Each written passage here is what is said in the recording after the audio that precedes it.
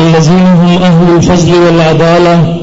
أما بعد فأعوذ بالله من الشيطان الرجيم. بسم الله الرحمن الرحيم. هو الذي أرسل رسوله بالهدى ودين الحق ليظهره على الدين كله وكفى بالله شهيدا. وقال رسول الله صلى الله عليه وسلم: البركة مع أكابركم. شاد باد و شاد زی اے سرزمین دیوبند، شاد باد و شاد زی اے سرزمین دیوبند، تو نے کیا دنیا میں اسلام کا جھنڈا بلند. انتہائی واجب الاحترام حضرات علماء کرام،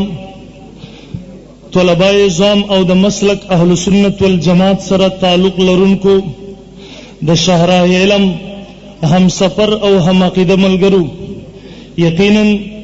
مونږ دغه ادارې ته کرازو، مونږ د دعا په نیت باندې راځو. مونږ د دې لپاره راځو د حضرت شیخ صاحب دامت برکاتهم العالیه سره مونږ هم دغه تورنځو کې یو کال دغه احادیث ویلو، دوره حدیث هم کړی و.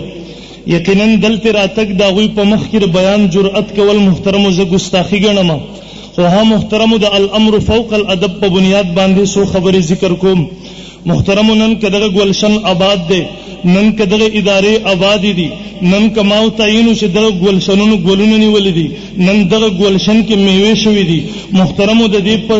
دې په بنیادونو کې د دغه ګلشن په ابیارۍ کې څه خلک هغه و چې هغوی خپلې یینې ورکړې وې، څه خلک هغه و چې د دې ګلشن ابیاري څه خلکو په خپلو خولو یینو باندې کړې وه، څه خلک هغه و چې هغوی خپل بچي یتیمان کړه، هغوی خپلې بیبیانې کونډې کړې. محترمو که په دې موقع باندې مونږ نن د هغوی ذکر خیر ونه کړو، نن که په دې موقع باندې هغه حضرات خپل مشران مونږ یاد نه کړو، خپل دغه اکابر مخ په وړاندې رانه وړو، محترمو یقینا دا به نمک حرامي. محترمو هغه حضرات چې نن دغه ګلشنونه آباد دي، دې کې خپل یینې ورکړې دي. محترمو نن ماو ته هغه د علماء دیوبند په نوم سره پیژنو. دنیا ټولو ته پته ده د 1857 جنگ ازادي وشوه، 4.5 لکه مسلمانانو د شهادت جامونه نوشله. د دغه هندوستان په ځمکه باندې انګریزان په خپل تاریخ کې لیکي. مونږ د دهلی نه واخله د دره خیبر پورې یو در ونه وکته، مونږ یو چوک وکتو، مونږ هلته یو داسې ځای په نظر ونه لیدو، یو داسې ونه په نظر رانغله چې انګریز منحوس هلته یو عالم لاش ځوړند کړی نه دی، د هغې لاش یې په ګولو باندې الوځولی نه دی. د هندوستان ځمکه که په یینو سره شوې وه، هغه د علماو په یینو سره شوې وه. محترمو هغه خونین منظرم دنیا ولیدو. 1857 جنگ ازادۍ نه وروسته هندوستان کې انګریز دا سوچ کړی چې موږ د مسلمانانو علما د مخ د ځمکې نه ختم کړه، د دیو تهذیب د ختمولو دپاره دویم سوچ وکړو. د هندوستان ځمکې ته عیسائی پادران راوغوښته، د هندوستان ځمکې ته هندو مبلغینو له دعوت ورکړو. ځای په ځای په بازارونو کې، ځای په ځای په میلو کې، ځای په ځای په چوکونو کې دوی ودرېدل، په اسلام باندې اعتراضات شروع کړه، مسلمانانو د خپل دین او اسلام نه متنفر کول شروع کړه. محترمو هغه وخت چې په مخ د ځمکه د اسلام نوم اغستل جرم و. محترمو هغه وخت چې په دغه وخت کې د الله او د رسول نوم اغستل جرم و. هغه وخت محترمو که یو عالم په کمزې کې د هغې نشاندهي کېږي، د هغې لپاره شوټ اډر دی، هغه عالم شهید کوي، ختم یې کوي. محترمو دغه وخت کې الله رب العزت د هندوستان په ځمکه یو انسان ساتلی و، د دارالعلوم دیوبند بانی حجت الله فی الارض حضرت مولانا محمد قاسم نانوتوی رحمه الله. کله چې دا حالات وکتل چې زمونږ د مسلمانانو دغه حالات وشو، دویم نن انګریزان زمونږ تهذیب ختمول غواړي، نن زمونږ عقیده او نظریه تباه کول غواړي. مولانا قاسم نانوتوی رحمه الله د خپل شاګردانو یو بنچ تیار کو، هغوی ته ویل بچو لاړ شئ په کوم ځای کې چې په اسلام باندې اعتراضات کېږي، تاسو لاړ شئ په هغه میلو کې، تاسو لاړ شئ په هغه بازارونو کې، د هغه پنډتانو، د هغه عیسایانو، هندوانو د هغوی د دلایلو جوابات ورکوي، د اسلام حقانیت بیان کوي. که چېرته مسلمانانو ته څوک د مناظرې چیلنج ورکوي، هغه چیلنج قبول کوي. محترمو دنیا وکته د هندوستان په چوک باندې د تهذیب دغه علمي جنگ شروع، د هندوستان په کوڅو بازارونو کې دغه فکري الغار شروع. د قاسم نانوتوی رحمه الله بچی راله، د قاسم نانوتوی رحمه الله شاګردان تربیت یافته جماعت راغی. هغه ورځ هم دنیا ولیده د هندوستان په ځمکه باندې یو مناظره جوړه شوه. مولانا رحمت الله کرانوي صاحب رحمه الله راځي، مناظرې په اخره کې هغه عیسائی ته تپوس کوي نبی عیسی علیہ الصلوۃ والسلام نبی دے، محمد رسول الله نبی نه دے. عیسی علیہ السلام زکه نبی دے هغه مړی را ژوندې کړی دي. نبی علیہ السلام یو مړی نه دی را ژوندې کړی. مولانا رحمت الله کرانی صاحب رحم الله ته تپوس کوي د عیسی علیہ الصلوۃ والسلام په نبوت باندې تاسو سره دلیل دار چې عیسی علیہ الصلوۃ والسلام دعا کوله الله هغه مړی را ژوندې کوي. ها ول تاسو زمونږ د امت خبره کوي، زمونږ د نبی خبره کوي. زمونږ د نبی په امت کې هم داسې خلک شته کاغه الله تعالی سوت کی دعاओं کی اللہ بدغ مڑے را ژوندې کړي. اول امت میں نہیں، اس وقت یہ بندہ آپ کے سامنے حاضر ہے. دیو چیلنج کوي زئی چیزو مقبری تزو تاسو یو قبر تلاش نشئ. د نبی علیہ السلام امتی رحمت الله کرانی به دعا کوي که هغه مړی را ژوندې شو تاسو ر عیسایت نه توبه وباسئ. که هغه مړی را ژوندې نه شو موږ بس تاسو سره عیسایان شو. محترمو هغه عیسائی پنډت مناظر جواب هغه چیلنج قبول نکو. خلک درسته تپوس کوي تا به جواب ورکړی وی کنه، چیلنج به قبول کړی وی کنه. دا خو پیغمبر نو، دا خو صحابي نو، یو عام عالم هغه ورته وی ها محترمو هغه تاریخی جمله نن زما استاد تاریخ محفوظ کړی دا. هغه ورته وی اللہ کی قسم یہ اپنی زبان نہیں بول رہا تھا، اس کی زبان پر اس کے خدا بول رہا تھا. دا په خپل جبه نو لګیا ته د په جبه باندې د خدای لګیا او کدي سه مونږ چیلنج قبول کړو هم دغه څه بشوي وي. محترمو مونږ وایو ها عرب عجم کې ګر اسلام خدمت شوه د دیوبند بچو کړه دے. مونږ وایو هغه وخت مونږ ته یاد دی ام دقه د دغه مناظرې نه پس مولانا رحمت الله کرانی صاحب رحم الله د هندستان د ځمکې نه اویسته شو. ام دقه عیسائی دغه مناظردار مصر په ځمکه مسلمانان چیلنج کوي. د سعودي بادشاہ په دغه وخت کې اعلان کوي د حج په دوران کې ایسوک عالم شته چې موږ د چیلنج قبول کو دله جواب ورکو د سره هغه مناظره وکي. مولانا رحمت الله کرانی صاحب رحم الله د هندستان د ځمکې د دیوبند دغه بچي هغه ور سره ملاويږي وای ها چیلنج قبول که زمانو مرته ما اخلا ځکه زه دیو د هندستان نه د دیو وجه نه راوستم که دیو ته پته ولګي بیا مخامخ ناراضي. او محترمو هغه وشوه مناظره کې خو دی شو هغه عیسائی ته پته ولګي دا د مناظره په ورځ ورته پته ولګي دا چې رحمت الله کرانی صاحب د مناظره د پار روان دي په اق ورځ هغه تیزاب او چاټۍ کې خودکشي کړي د په حرام مرګ باندې مړل. نعرہ تکبیر. علماء دیوبند، عقائد علماء دیوبند، نظریات علماء دیوبند، فرزندان علماء دیوبند، مفتی محمد ندیم صاحب.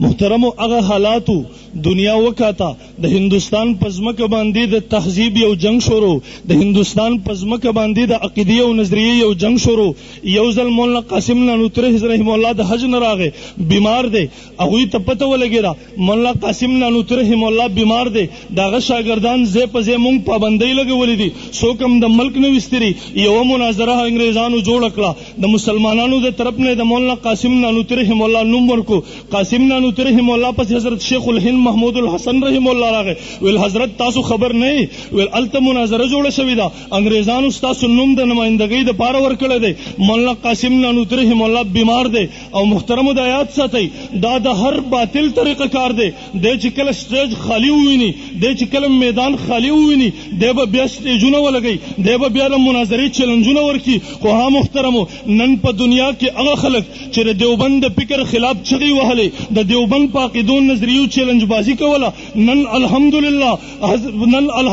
مونږ په پوره فخر سره پوره دعوی سره دا خبره کو بفضل الله تعالی مونږ دغه یو کلی ته ورالو التم پاغوی الحمدلله اتمام حجت وکړو. مونږ زمونږ دیوبندیان پریدوي کم وخت کې چې تاسو رنه دیوبند په قاعده باندې مناظره چیلنج کو مونږ الحمدلله گنج ته درغلیو مونږ الحمدلله د نورستاني مدرسې ته درغلیو مونږ الحمدلله نږدې ورځو کې پر رستم کې 13 یوجو مخکې ما نوم اغسته ما خبره کړی دا الحمدلله نن هغه خلک په دغه میزو په دغه میدان باندې تختیدلی دي. خو ها همیشه کوشش سره د خپل مشرانو هغه ترتیب او طریقه اغسته شوی دا چرته کې مناظره چرته میدان خالی ویني التراش دلته چیلنجونه ور کوي. ماوین ها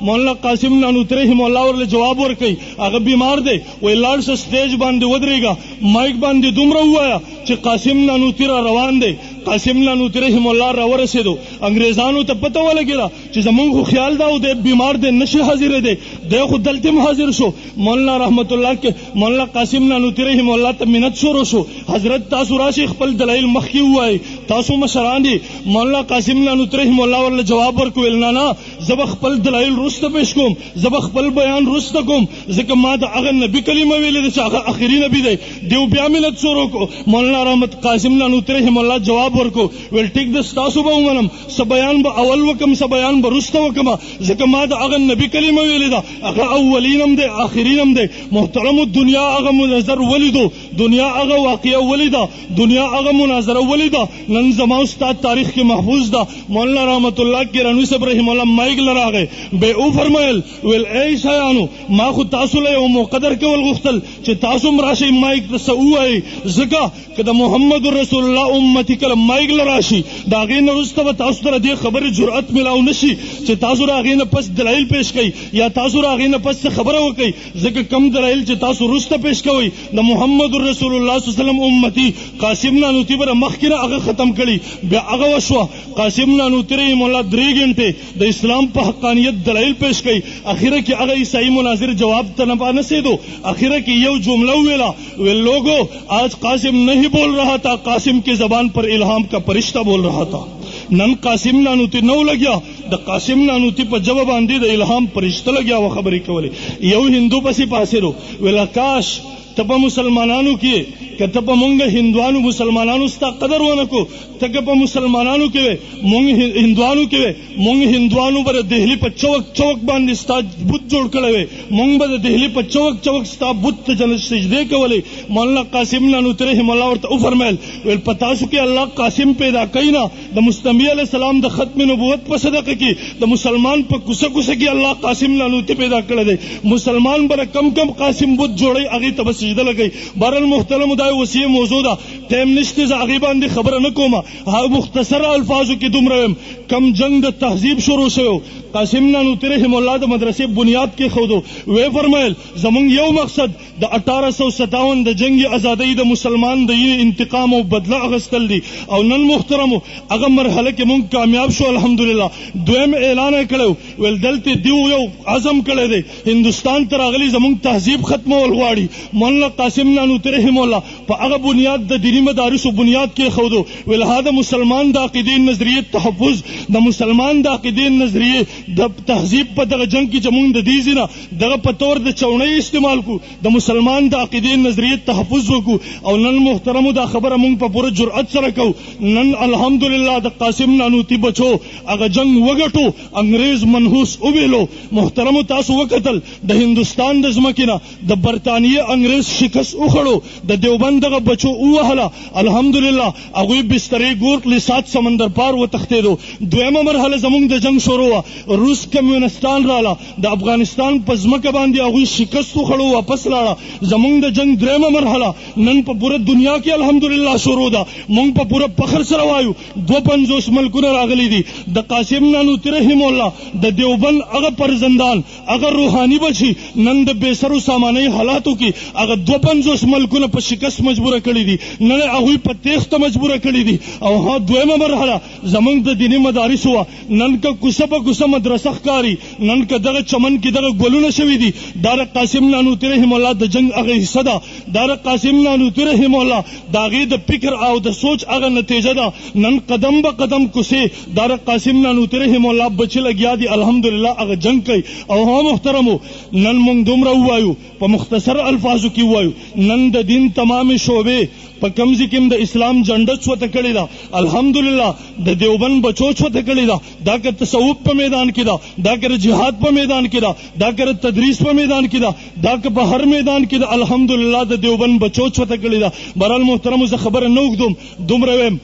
تاسو علما نن فارغ شوئ نن دغه عقیدې نظریه یو جنگ شروع دی باید جماعت هغه کې خپل حصہ واچو خپل دلایل ازده کو خپل عقاید مسائل علی وجه البصیرت ازده کو دغه قوم ته وروخایو دغه لپاره موږ نوجوانان احناف موږ په خبر کې د علماو لپاره یو کال کورس تخصص صرف په خپل عقاید او نظریاتو باندې د باطل د عقاید او نظریاتو د رد لپاره پوره یو کال نو ان شاء الله اتنه کال تاسو دلته تیر کړه دغه یو کال موږ لراکې ان شاء الله یو کال زموږ سره په خبر کې تیر کوي تاسو خپل جنگ طریقې زده کوي چې د دلایلو میدان کې دغه جنگ طریقه کار څه دی الله رب العزت د موږ له عمل کولو توفیق راکړي او اخر دعوانا ان الحمد